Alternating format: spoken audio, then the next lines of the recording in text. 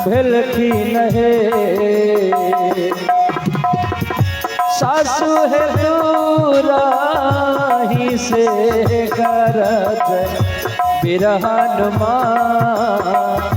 न से हो लंका लंका गढ़ डगमग डोलई। सासू सासू माँ सासू माँ मैंने बड़ी भयानक स्वप्न देखी है। माता श्री मैंने बड़ी भयानक स्वप्न देखी है। सासू माँ मैंने स्वप्न में देखी कि मेरे स्वामी लड़ाई के मैदान में बेमौत मारे गए। दूर से ही गरज गरज के हनुमान जोर जोर से गर्जना कर रहा है। हनुमान के गर्जना से सारी लंका डगमग डगमग डोल रही है। सासू माँ मैंने बड़े भयानक स्वप्न देखी है। सासू माँ बड़े भयानक स्वप्न देखी है। मंदोदरी सुलोचना को अपनी बाहों में छुपा लेती।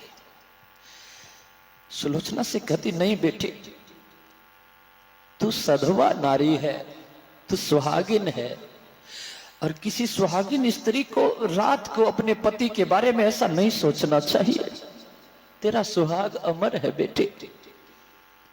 अगर तुम्हारे सुहाग के ऊपर कोई आंच आने वाली है तो जा बेटी, तू कुलदेवी के मंदिर में जा, देवी देवताओं की पूजा कर, पूजा अर्चना करके अपने पति की लंबी आयु के लिए देवी देवताओं से आशीर्वाद मांग बेटी।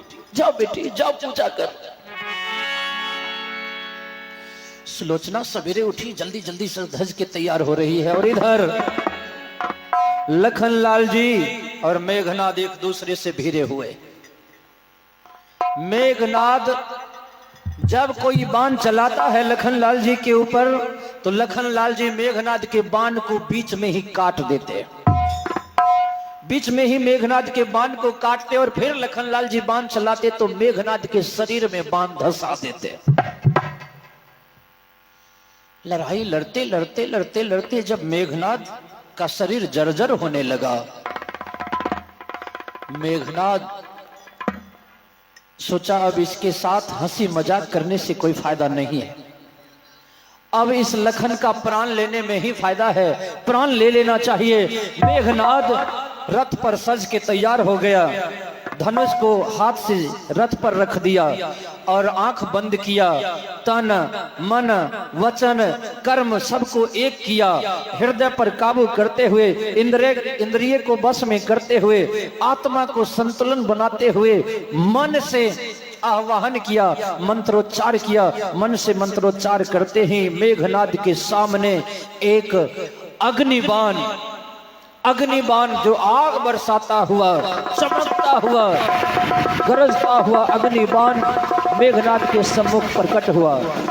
मेघनाद वो बाण उठाया और धनुष के डोरी पर चढ़ा के आंख बंद करके मंत्र उच्चारण करके लखनलाल जी के ऊपर चलाया। वो अग्निबाण मेघनाद के धनुष से तो चला, लेकिन लखनलाल जी के पास पहुंच के चारों तरफ परिक्रमा करके और वो अग्निबाण वापस हो गया। मेघनाद का रथ 2 कदम पीछे हटा। आश्चर्य, ये कैसे संभव है? कोई बात नहीं, अग्निबाण लक्ष्मण को नहीं मारा। अब मैं फिर से उसी शक्तिबाण का आह्वान करता हूं। अब आंख बंद किया, दोबारा शक्तिबाण का आह्वान किया, धनुष के डोरी पर चढ़ा के जो मार दिया वो शक्तिबाण भी चला है और दोबारा लखनलाल जी के शरीर को प्रदक्षिणा करके वापस मेघनाद के तरकस में चला गया। मेघनाद का आत्मविश्वास टूट रहा है, लेकिन हिम्मत नहीं हारा। मेघनाद कहा कोई बात नहीं, अब नारायण अस्त्र का प्रयोग करता हूं। नारायण अस्त्र का आह्वान किया, धनुष के डोरी पर चढ़ाया। और नारायण अस्त्र वो बाण है जिस बाण का कोई काट नहीं है। नारायण अस्त्र जिसके नाम से चलाया जाए वो बाण उसका खात्मा करके ही लौटेगा। नारायण अस्त्र को चलाया मेघनाद, लेकिन वो नारायण अस्त्र भी लखनलाल जी के चारों तरफ परिक्रमा 3 बार किया और फिर जाके मेघनाद की तरकस में समा गया। मेघनाद का रथ और 2 कदम पीछे हटा। ये कैसे संभव है? नारायण अस्त्र जिसको कुछ नहीं बिगाड़ सका। कोई बात नहीं, अब मैं ब्रह्मास्त्र का प्रयोग करता हूं। और देखिए, ब्रह्मास्त्र वो शक्ति है जिसके नाम से, जिसके ऊपर चलाया जाए, ब्रह्मास्त्र में वो ताकत है कि इस धरती का टुकड़ा टुकड़ा करके समुद्र में डुबा सकता है, तीनों लोगों को समाप्त कर सकता है। वो ब्रह्मास्त्र चलाया, लेकिन वो भी लखनलाल जी का प्रदक्षिणा करके वापस तरकस में आ गया। मेघनाद होश में आ गया। मेघनाद समझ गया कि मैं जिसे मारना चाहता हूं वो कोई साधारण नहीं, वो कोई साधारण इंसान नहीं है, साधारण प्राणी नहीं है। मेघनाद वहीं से रथ को पीछे घुमाया, भागना शुरू किया और मेघनाद भागते भागते भागते भागते लंका के राजमहल में पहुंच के पिताश्री पिताश्री पिताश्री। रावण सो रहा था। रावण उठ के आया, वो 3रे मंजिल पर से ऊपर से नीचे झांक रहा। ओ मेघनाद, बेटा मेघनाद आ गया। राम को मार गिराया ना, राम को मार दिया बेटा,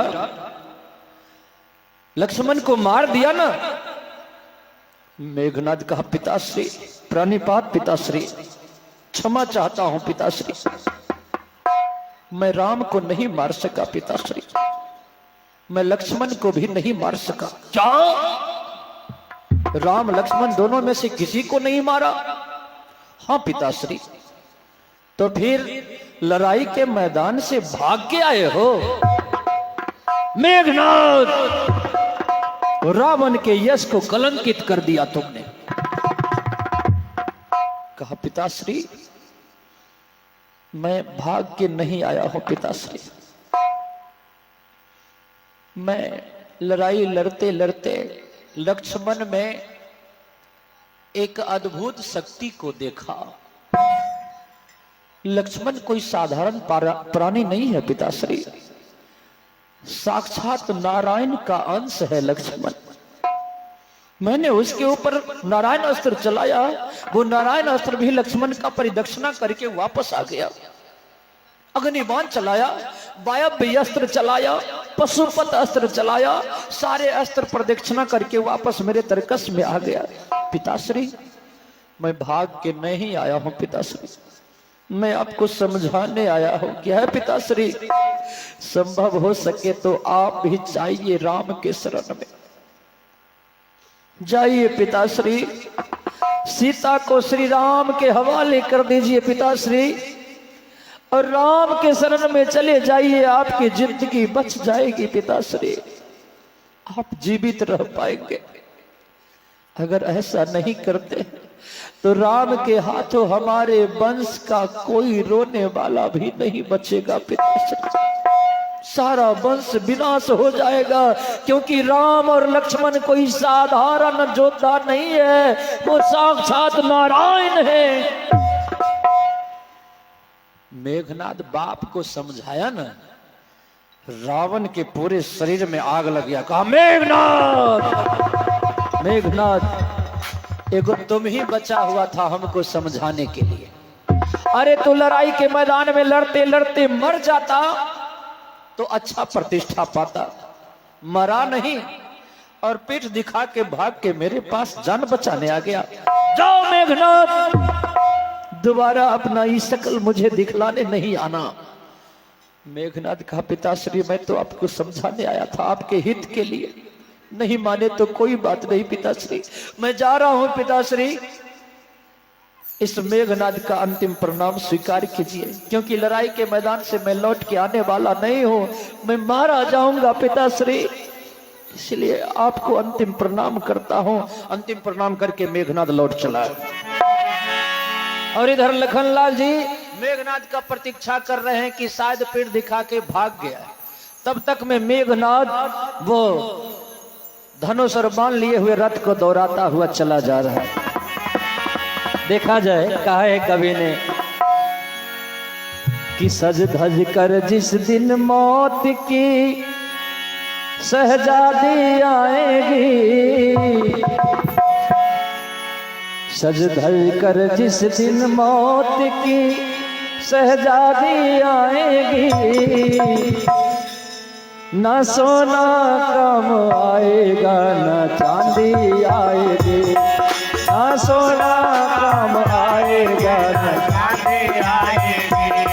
सज धज कर जिस दिन मौत की शहजादी आएगी, सज धज कर जिस दिन मौत की शहजादी आएगी, ना सोना कम आएगा ना चांदी आएगी, ना सोना कम आएगा ना चांदी आएगी, ना सोना कम आएगा ना चांदी आएगी।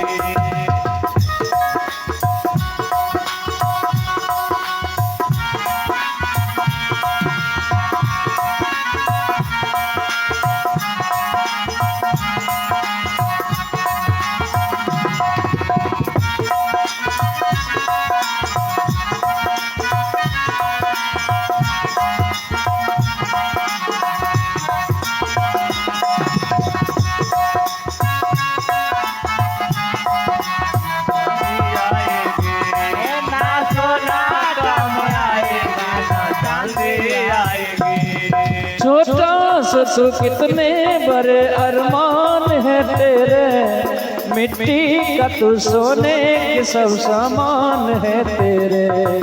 छोटा सा तू कितने बड़े अरमान है तेरे, मिट्टी का तू सोने का सब सामान है तेरे। मिट्टी की काया मिट्टी में, मिट्टी की काया मिट्टी में जिस दिन समाएगी, ना सोना कम आएगा ना चांदी आएगी, ना सोना कम आएगा ना चांदी आएगी।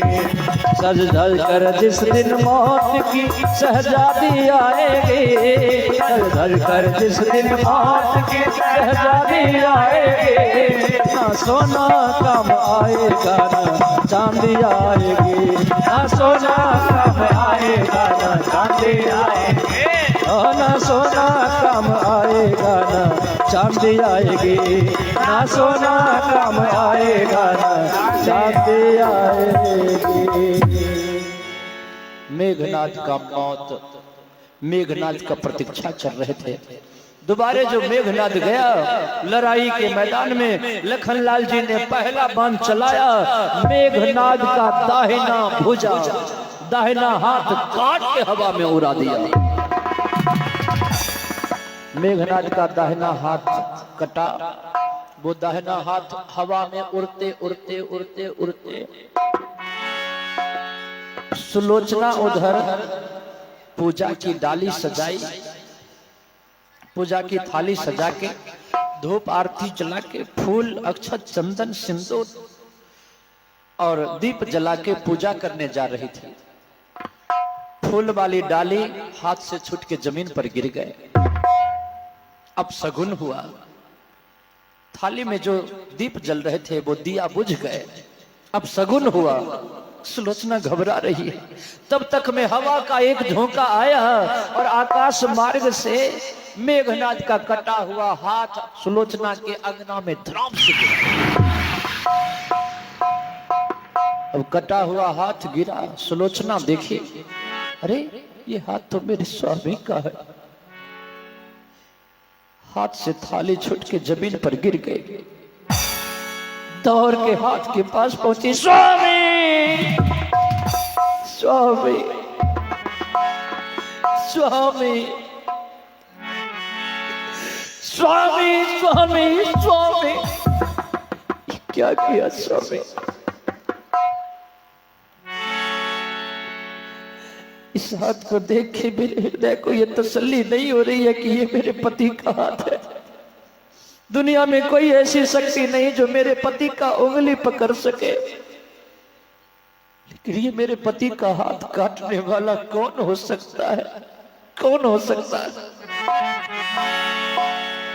हे मेरे पति के कटे हुए हाथ, अगर आप सचमुच में मेरे स्वामी के हाथ है तो जमीन पर लिख के हमें बताइए कि आपको मारने वाला कौन माई का लाल है।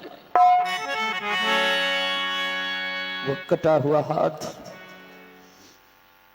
जमीन पर जो चंदन गिरा हुआ था, जमीन पर लिख रहा है, सुलोचने, सुलोचने कि 12 बरिस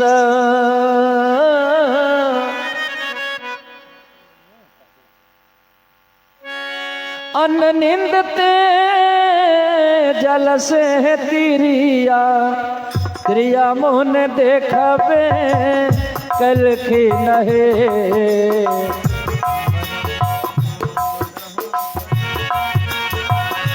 12 बरिस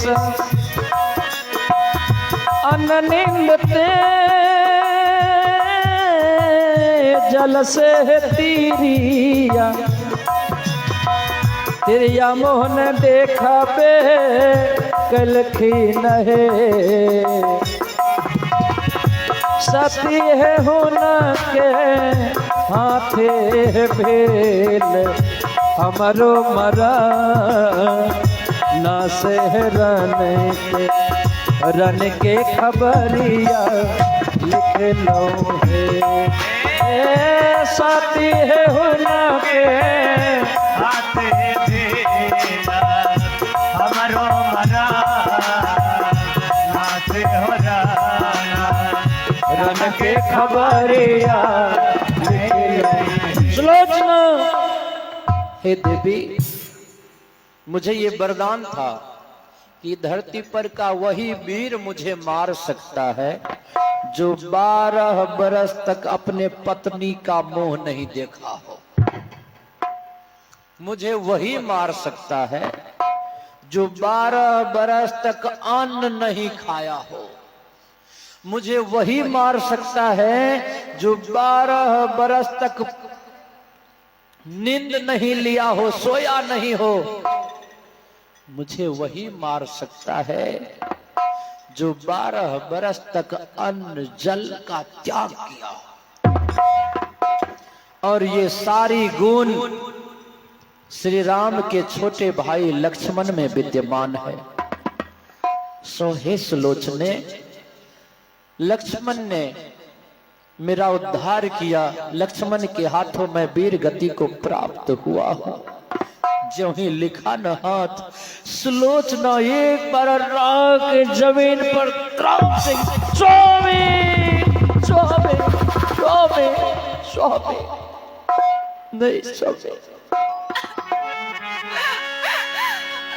नहीं स्वामी स्वामी, आपने मेरे साथ बेवफाई किया है स्वामी। और दिन लड़ाई के मैदान में जाते थे तो मुझसे चंदन लगवाते थे, विजय माला धारण करवाते थे। आज आपने हमसे कुछ चंदन भी नहीं लगवाया, वो विजय का हार भी नहीं पहना और चल दिए स्वामी। स्वामी कि फूलवाला से जिया असजिया लगाई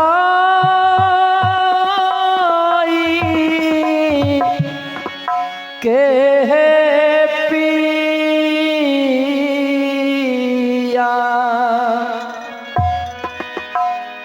अपिया संग सोतलियई है।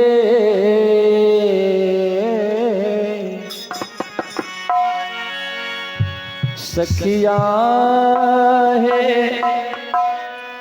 आपी गेलई है बैरी, बैरी ने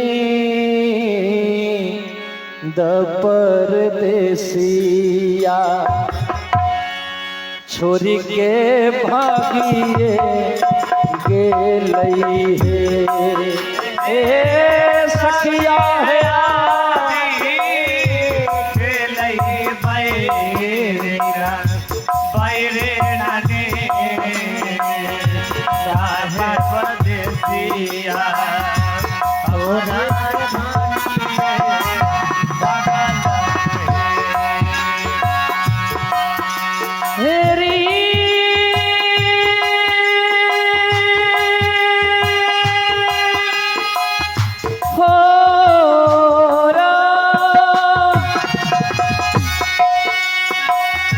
चोरी के भागिए गेलै परदेसिया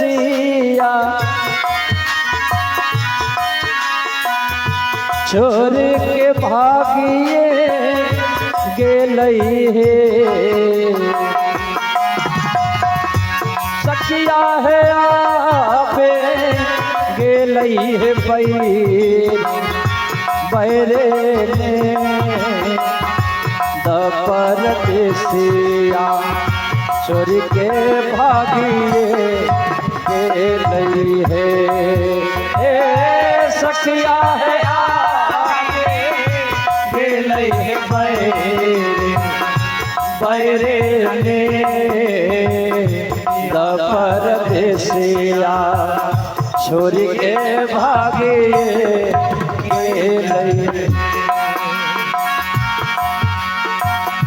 रोपते रोपते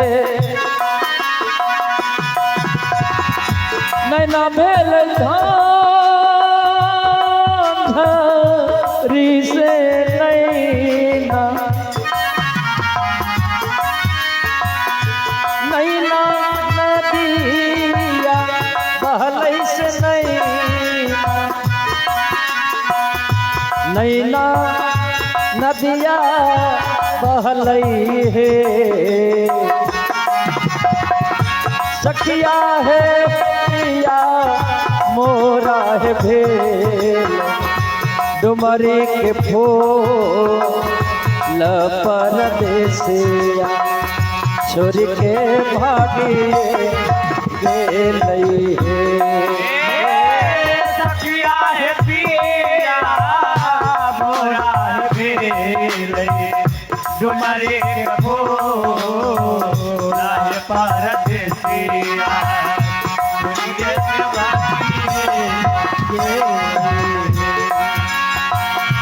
अल्प बरिस दुख भेल भारी है विपतिया सिर पर परिए गेलै विपतिया सिर पर परिए गेलै हे सखिया है तीना मोरा है भेल दूर दे न परदेसिया छोरी के भागिए गेलै हे सखिया है तीना दूर दे न परदेसिया छोरी के भागिए गेलै हे। सुलोचना के सामने कटा हुआ हाथ लिखा कि प्रिय मेरा दाहिना हाथ काट के लखन ने तुम्हारे पास भेज दिया, मेरा बायां हाथ कट के रणभूमि में पड़ा, मेरा मस्तक काट के रामा दल वालों ने छुपा के पीताम्बरी में ढक के रखा। लखन लाल जी जब मेघनाद के मस्तक को काट रहे थे, बाण जो चलाना चाहे, भगवान श्री राम पीछे से आके आवाज लगाए, लखन मेघनाद का मस्तक काटना, लेकिन बाण को इतने तेज गति में रखना कि मेघनाद का मस्तक जमीन पर गिरने न पाए। अगर मेघनाद का ये मस्तक जमीन पर गिर गया तो ये धरती रसातल में मिल जाएगी। मेघनाद के मस्तक से जोरों का धमाका होगा और संपूर्ण सृष्टि का समाप्ति हो जाएगी। लखनलाल जी बांध चलाए, मेघनाद का मस्तक कटा, जमीन पर गिरने वाला था। भगवान श्री राम झट से अपने पीताम्बरी में उठा लिया, अपनी चादर लगा दी, पीताम्बरी में उठा लिया, थाली में ढक के रखे। सुलोचना दौड़ के गई अपने ससुर रावण के पास। बाबूजी, पिताश्री, पिताश्री, पिताश्री। अच्छा हुआ ना, अब तो आपका ज्येष्ठ पुत्र भी नहीं रहा जो आपको पानी दे सकता। आप जो चाहते थे करवा दिए पिताश्री, आपका वंश विनाश हो गया पिताश्री। मेरी सुहाग उजड़ गई पिताश्री, आपके जिद ने मेरा सुहाग छीन लिया पिताश्री। अब मैं आपके सामने प्रार्थना करने आई कि आप मुझे रामादल जाने की अनुमति दीजिए। मैं श्री राम के पास जाना चाहती हूँ। मेरे पति का कटा हुआ मस्तक रामादल में मौजूद है, मैं उस मस्तक को मांग के ले आऊंगी। मुझे आज्ञा दीजिए पिताश्री, रामादल में जाने की अनुमति दीजिए। रावण सुलोचना का आंसू भी नहीं पोंछ सकता था। रावण अनुमति दिया। सुलोचना रथ में, ये पालकी में बैठी, चार कहार ने पालकी को उठाए हुए रामादल में ले गया। सुलोचना रास्ते में पति को याद करके आंसू बहाती जा रही है। स्वामी, पतिदेव, पतिदेव, आपने हमारे साथ बेवफाई किया स्वामी, बेवफाई किया स्वामी। सुलोचना रोती जा रही है, पालकी में अपने पति के सूरत को याद करके रोती जा रही है, बिलखती जा रही है। आँखें आँखियाँ से बहलई रे पानिया,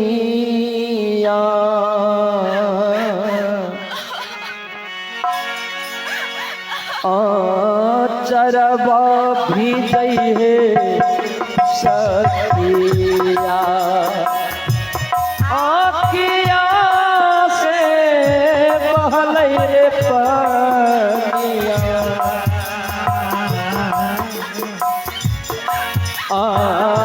चरवा भी गई है।